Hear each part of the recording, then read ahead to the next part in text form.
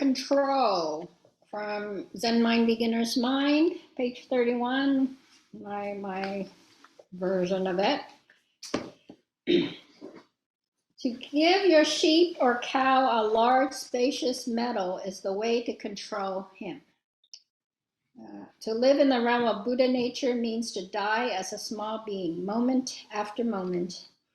When we lose our balance, we die, but at the same time, we also develop ourselves. We grow. Wherever we see is changing, losing its balance. The reason everything looks beautiful is because it is out of balance, but its background is always in perfect harmony. This is how everything exists in the realm of Buddha nature, losing its balance against a background of perfect balance. So if you see things without realizing the background of Buddha nature, everything appears to be in the form of suffering. But if you understand the background of existence, you realize that suffering itself is how we live and how we extend our life. So in Zen, sometimes we emphasize the imbalance or disorder of life. So that's where I got last time before Lunar New Year. And I talked about how when we're out of balance, it's hard to accept and remember that the background is always in perfect harmony. Remember, that was the whole thing at the checkout counter.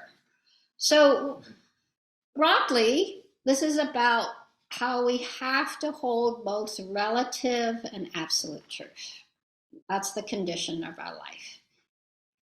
Now, in Zen, so when we're reading Gunaratana, the sense that the Theravada have is our background is that sankhara dukkha, right? Dissatisfaction. And I think that's true. I think that's true. Remember I said the Zen people, we come along and we say, oh, another way to look at it is that in the midst of that, there's also things are in perfect balance. So we kind of have to hold it. We kind of have to remember, and in some ways, our life is, it's not in some ways, our life is this negotiation of relative and absolute. It's not that we escape one for the other. There's no escaping neither because they're part of life. When we get stuck in one or the other, I think is where we have the most suffering, in my opinion. When I'm in the relative and just keeps thinking this is all there is, I'm suffering. The cause on a certain level is irrelevant. By that I mean in the suffering, right? For the most part, certainly we can understand the causes. By that I mean the like oppression, or someone has died, or I have a pain, you know, a real pain, right? Or even emotional pain. Those are real pains. Mental pains, right? Dissatisfaction, discontent, disease, that's part of life.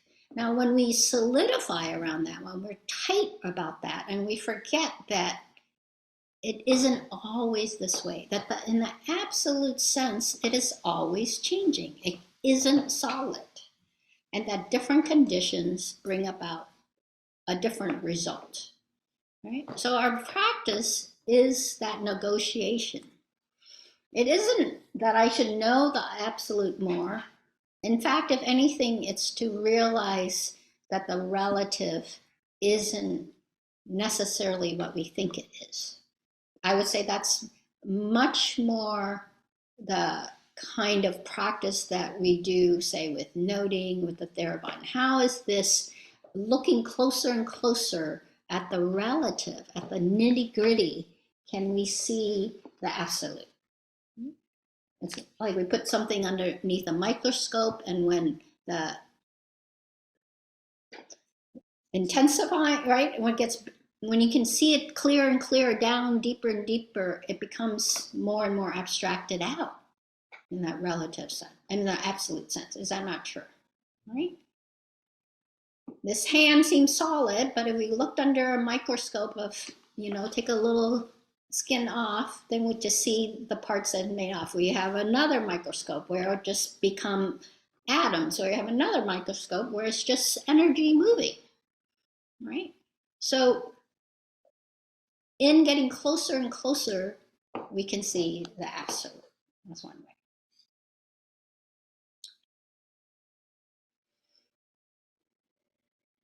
Nowadays, traditional Japanese painting has become pretty formal and lifeless.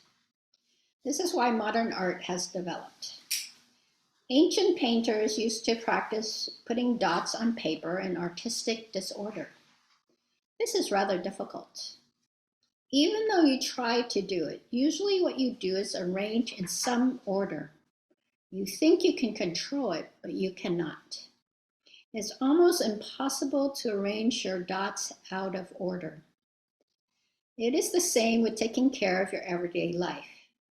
Even though you try to put people under some control, it is impossible. You cannot do it. The best way to control people is to encourage them to be mischievous. You will be in control in its wider sense. This is a famous section. To give your sheep or cow a large, spacious meadow is the way to control him. So it is with people. First, let them do what they want and watch them. This is the best policy.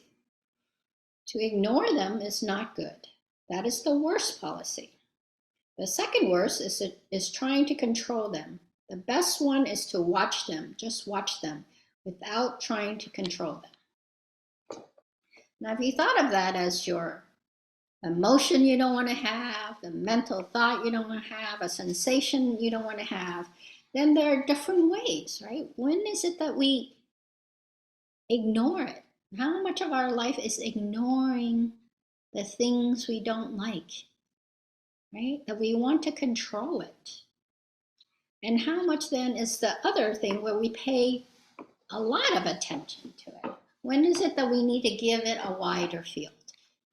Notice, I don't know why, maybe it's just me. Maybe Dad would not be happy with this. But whenever I read the section about the sheep and the cow, you put in a wide field, but it has a fence around it. That's how I always see it. Maybe because I live in cattle, dairy country these days also. And in California, you can't escape, or the Bay Area can't escape it too much, right? So it isn't that, yes, it's free range, but it's a sense of if you want to find something, you need to put in a big range so that it has more space at times. But sometimes you also want to know how many you have, or you want to know what is it doing, or do you need to take care of it in some way? And so where's the balance between giving your emotion a lot of space, the ones you don't like, right? Because the ones we like, we don't want to control them. Don't forget, this chapter is called control, right? When is it we control?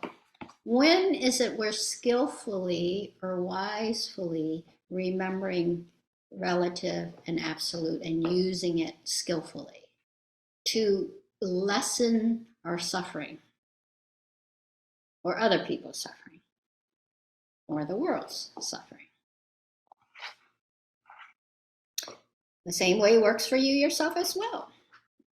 If you want to obtain perfect calmness in Zazen, you should not be bothered by the various images you find in your mind.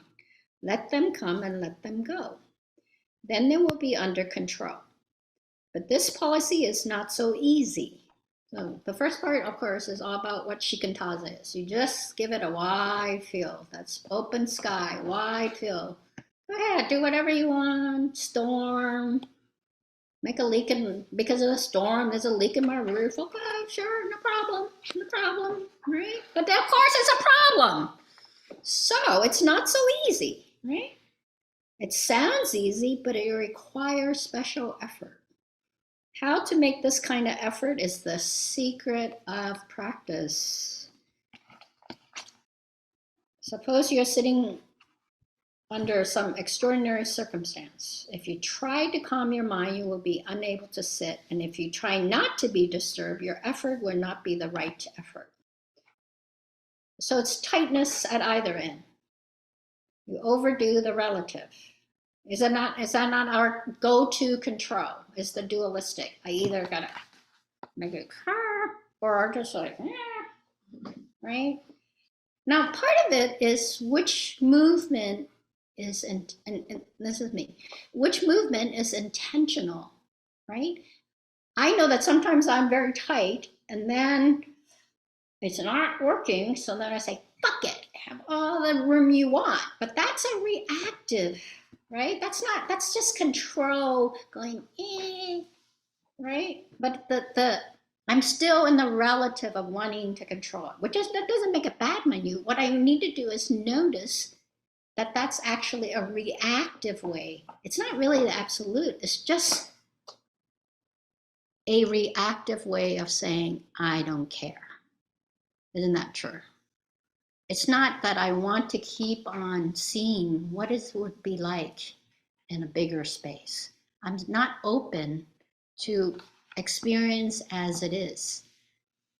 It's like shoving it outside so I don't have to look at it, right? That's a why feel go away kind of response.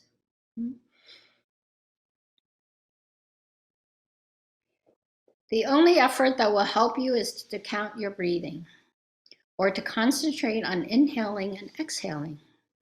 We say concentration, but to concentrate your mind on something is not the true purpose of Zen. Did you already hear a paradox? Wait, he says I should really count my breath, but then he said, no, that's not it. The true purpose is to see things as they are, to observe things as they are, and to let everything go as it goes. When things are out of control, when you have no sense of how to be with, then you need to have a container. And the container of concentration in Zen is to count your breath, noticing the inhaling and exhaling. You need a practice container.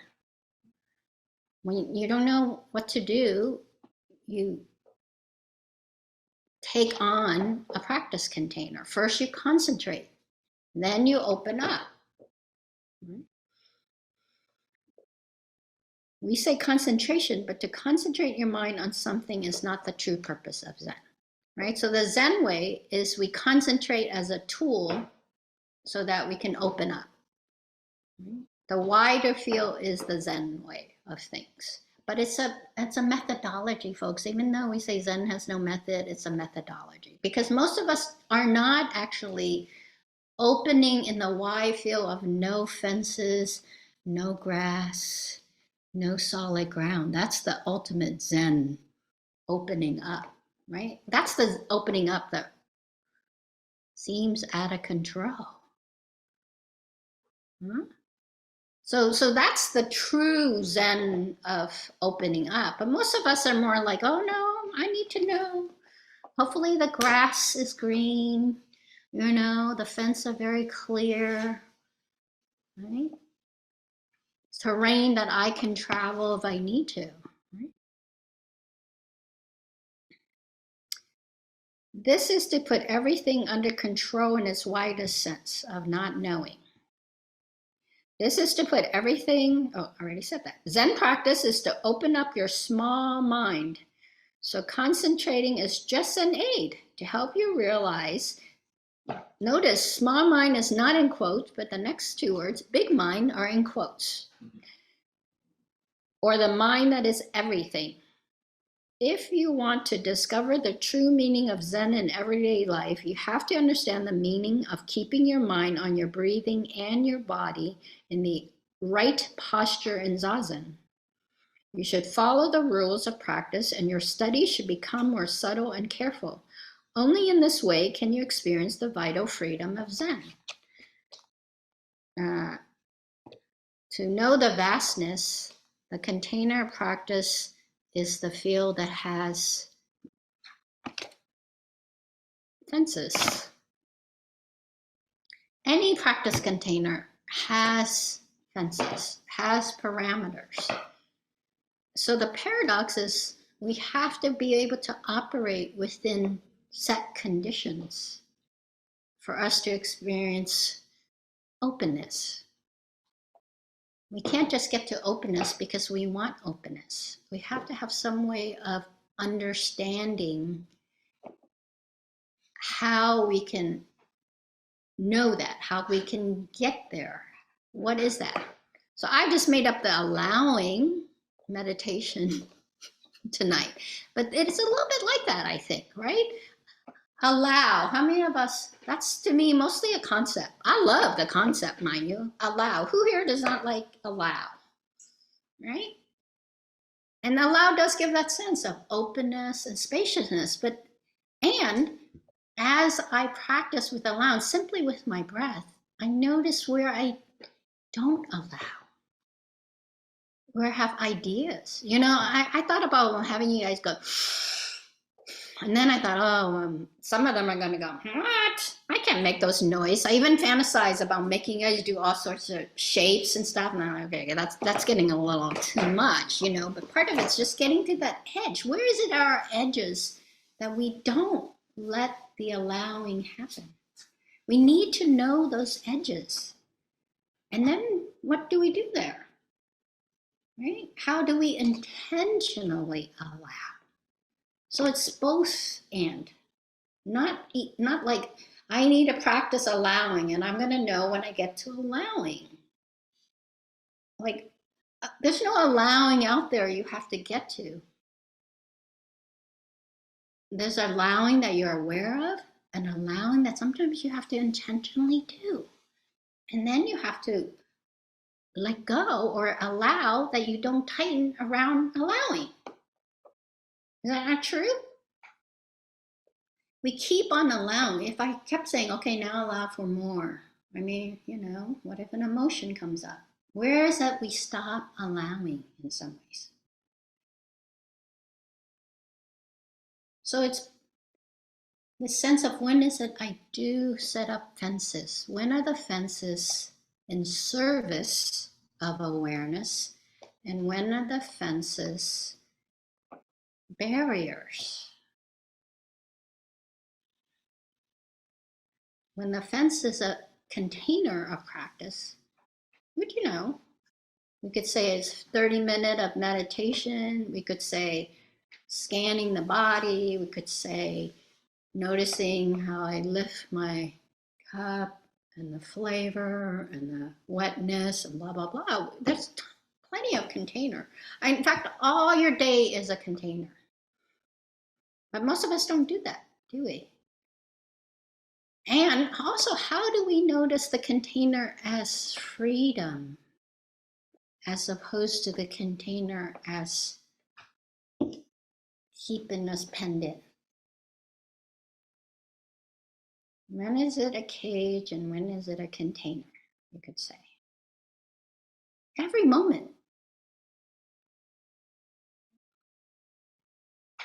For most of us, it's a cage because it's something we don't want, we find unpleasant, or we don't want to deal with it. And so how do we practice allowing for that?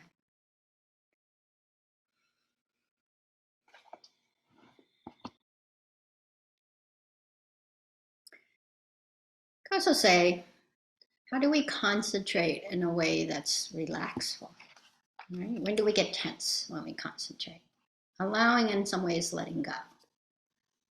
But we have to concentrate on letting go sometimes, don't we?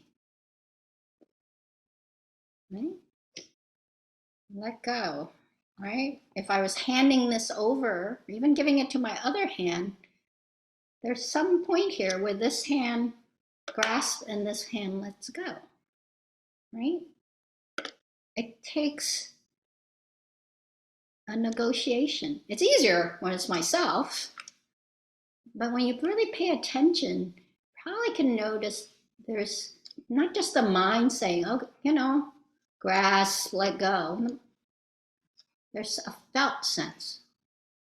In a way, we're practicing saying, can you know the felt sense of your emotions or your thoughts, of when you grasp it and when do you let it go.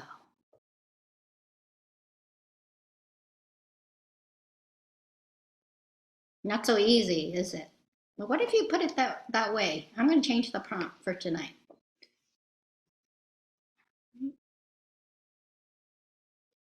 Next couple days, just notice, when do you grasp and when do you let go? Not just with things, but your emotions and your thoughts. You almost have to notice the grasping to notice that you want to let it go. And that's why we have to pay attention in a way to understand when we are grasping. Right? The second noble truth, grasping, it isn't just a statement.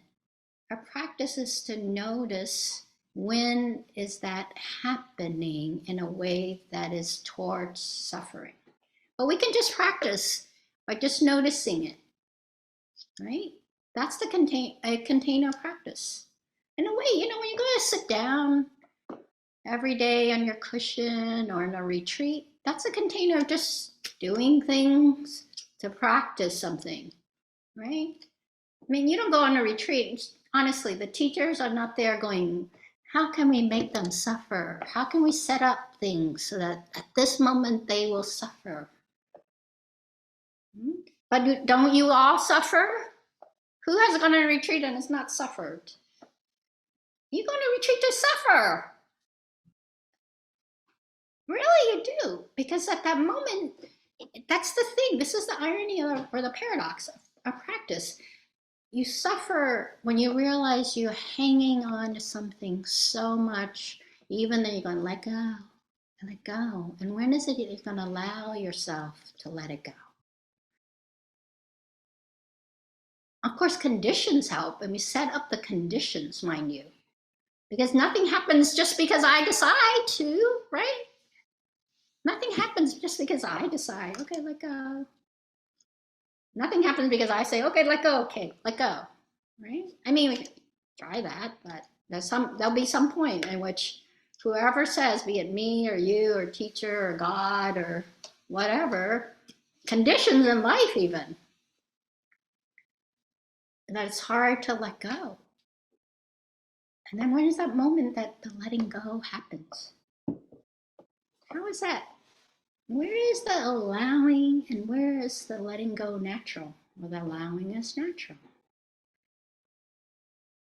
So that's what we're practicing, right? These containers of practice are just to practice. We get stuck in the content. Oh, it's too cold. It should have been a hot thing. It's too liquidy. Oh, it's sticky. Like with all sorts of things where like, oh, I don't want to do that. Right? Or if only the conditions are right. Right? Then I'll practice. Or else, boring. How long do I have to do this for? She says at least 20 minutes. But notice, actually, go ahead and do this. So much of practice is repeated things over and over and over and over. Why? Because it makes you suffer, we could say. It will bring disease. Anything you do for a long period will bring disease. Is that not true? All of you are tired. You cannot wait to go to bed and lie down. But if you are sick and all you're doing is lying down, then you're like, when can I get up? Right? Isn't it true? Isn't it true? So anything you think will solve your life. This is why, people who win the lottery don't have shows where they actually suffer even more after they win the lottery. Because it isn't about acquiring things. Nor, to be perfectly honest, is it about letting go. Not just for letting go's sake. is to actually notice when is hanging on appropriate and when is letting go appropriate.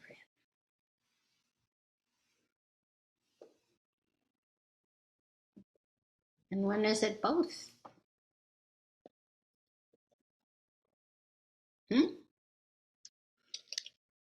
And when is there where it isn't about doing, it's about responding.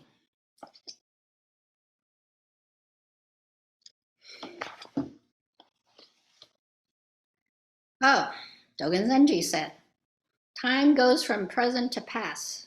This is absurd. But in our practice, sometimes it is true.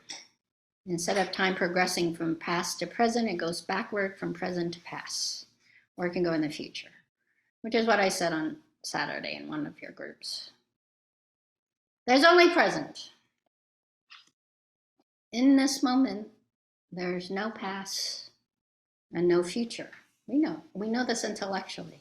Again, it doesn't mean that things didn't happen to you and the impact is here and you're dealing with the impact.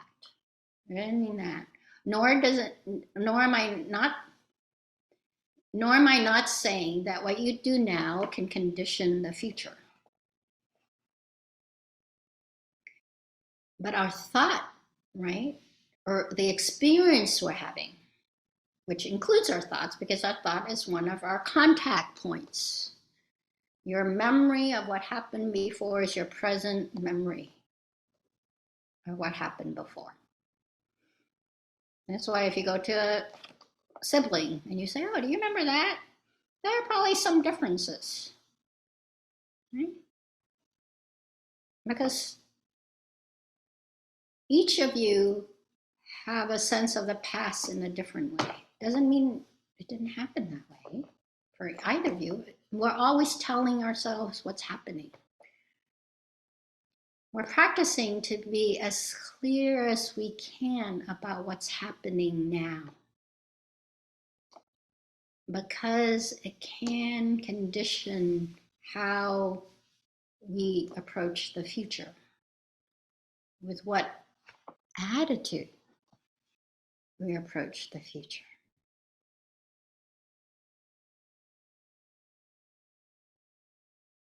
What motivation will we condition the future?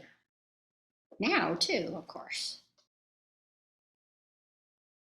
Right? This is why we go and retreat, and so many of us have a thing about the past that we're like, oh, it makes sense to me like this now. That's how we make restoration. This is how we make sense of things. The pieces might be the same, but now we're going, oh, my relative, not as in siblings and people, but the relative versus absolute kind of thing. The relative bits of my life was this picture before, but now I'm going to take it and it's going to make more sense to me looking like this or like this, right? Or really we we cut it up into lots of bits and then we re-put it together. Well, that's one way of thinking about it. How do you want to live with a sense of your life now? What is that impact from the past? How do you want it to be part of the picture of your life now? It's a little bit like, maybe, I was just thinking, I have an iPhone. I don't know very much about my stuff, but now that I have an iPhone, occasionally it comes up where it shows me pictures from past years. You guys have that? Sometimes it says portrait. There's a whole music to it and everything, right? It's like a story, and the ones you watch are the ones you like. You're like, hey, I like that story about my past.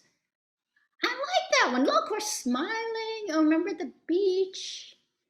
This is my present about the past. Apple helped, or Apple God, whatever you call them, right? Algorithm, whatever, I don't know. Some causes and condition I'm unaware of. But isn't it true? It's those past, and you're going, oh, I like this configuration now. The key is you can do that yourself.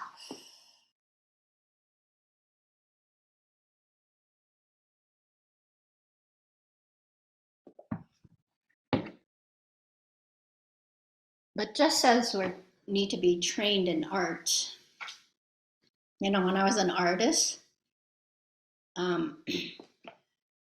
do people know who Robert Ryman is? Right? He paints like white on white. This is really big in the 80s and 90s. And I had a friend, and at first I was like, what? White painting. Oh, another white painting. Oh, another white painting. 30, 40,000. This is in the 80s and 90s. Probably now it's 100,000 or something, right? And then a friend that taught me. At first I was like, who the hell does the guy think he is? Right? Who does he think he is? He just put some paint on a wall and call it number whatever. Did he number them? Yeah. Right? Sometimes he numbered them. Sometimes he just gave them a name, I think. Right? And then I had a friend, and and I was like, or what was her name? What's the one that says she would take sayings and made them into LCD. What was her name? Oh, Jenny Holzer. Oh yeah, Jenny Holzer. Just things phrases. Sometimes I think she found them on napkins and stuff, like cocktail napkins and stuff, and then she put them LCD and they'll run. And this is modern art, and I was like, what? Right? And a friend of mine said, well, you have to look at the whole body of work. Like absolute, the whole thing. A relative absolute, but a person's life is the sum of their being. First, you have to see the whole arc of their work, and what is their intention in doing the work? What is the message? What is the drive? Right? I think I still think some of it is made up or whatever, but I don't always agree with critics, right? But what it taught me is that one, and then the other thing is, made a big impression on me, is that you can't break the rules until you know what the rules are in art. And I think it's true in a lot. It's certainly in creative stuff, right? You can't just go, oh yeah, I'm just going to do it like that, right? Hopefully you can. Hopefully teachers, because you have to, the meaning of a life, we have to be clear about. Just as the meaning of a painting, yeah, you can do some that you're just practicing whatever, but what we call a masterpiece or something we're willing to put our name on has to have some meaning to us. And maybe a shared meaning when someone else can relate to that. I love Robert Ryman now. Because when you go and you look, and of course you can't touch it, but if you go to look, each brushstroke is different. It's very minimalist and very meditative, right? It's asking you, actually when I heard that it was similar to pop art, minimalism, is because it asks you to interact. I used to work at Flax, and there were a lot of artists, and we would have conversations, right? And one person told me that, and I was like, oh, that makes sense. But before I was like, pop art. But it asks you to engage. There's a white painting, and yeah, you could go, fucking white painting and walk right by, but you have to take the time to interact with it. That's how you get something from the art. To me, that's what makes really great art, right? It isn't just something to put on a wall, pay a lot of money for it to put on art. It's there to have some kind of interaction with people. If if nothing else, to pull some kind of response from you. And sometimes that's very intentional, to pull certain kinds of response from you, right? So how's this about control? Let me reel it back here.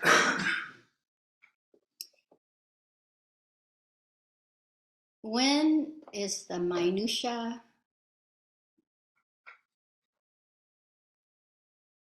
in our lives? How do we know its meaning to us? Unless we look at it, and unless we interact with it and put it together in a way that makes sense to us now.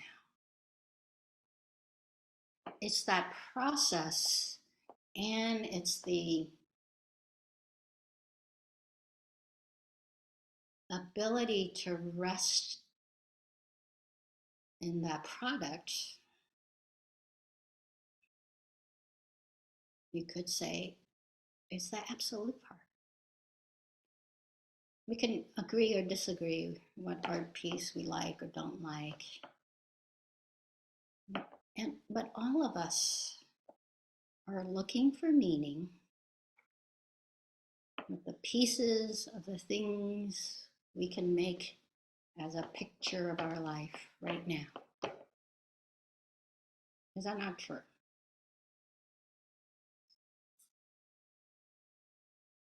And then this picture conditions the next.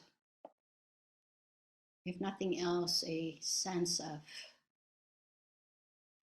subtleness, so that you're open to what might come next.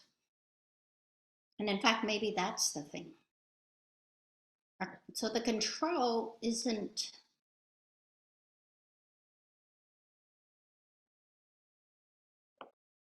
tightness of style, nor is it no fucking style at all, because there's really no such thing.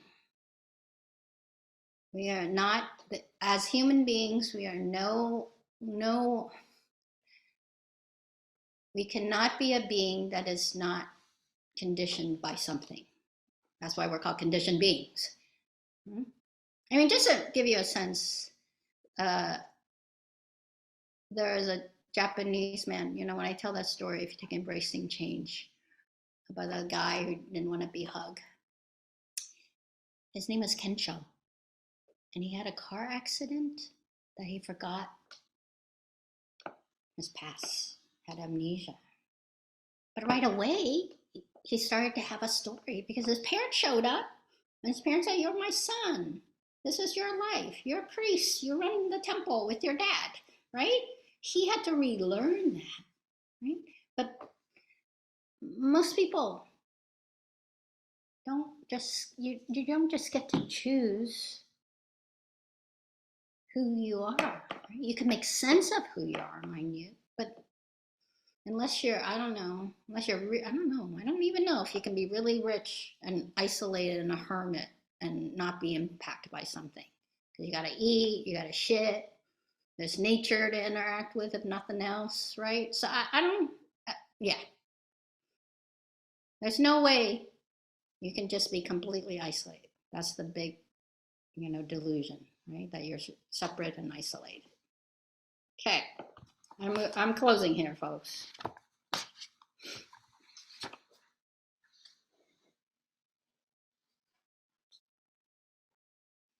Time goes from present to past. Time goes from present to future. This is not true in our logical mind, but is in the actual experience of making past time present. There we have poetry, and there we have human life. I myself think poetry is the absolute, or it points us towards the absolute, and human life is the relative. That's my take. When we experience this kind of truth, it means we have found the true meaning of time. Time constantly goes from past to present and from present to future. This is true, but it's also true that time goes from future to present and from present to past. As Zen master once said, to go eastward 1 mile is to go westward 1 mile. This is vital freedom. We should acquire this kind of perfect freedom.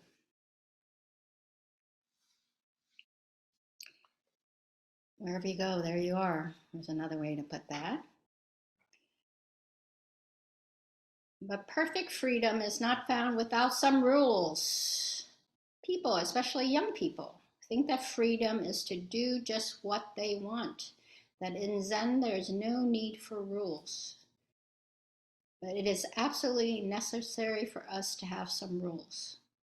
But this does not mean always to be under control. As long as you have rules, you have a chance for freedom. To try to obtain freedom without being aware of the rules means nothing. It is to acquire this perfect freedom that we practice Zazen.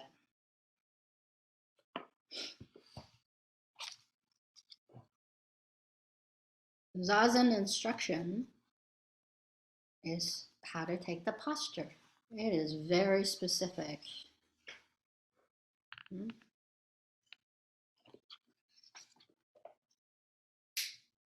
We have to be willing to put ourselves in a container or containers, be it a posture container, be it a breath container, be it a scanning container, be it a retreat container, be it my life container, be it my partner container, be it the traffic container, whatever it is. Where is it that you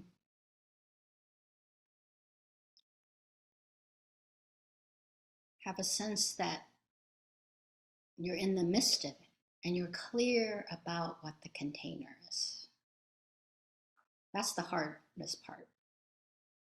Then you're clear about your reaction, probably, to the container. And you're clear about where is it that you have agency.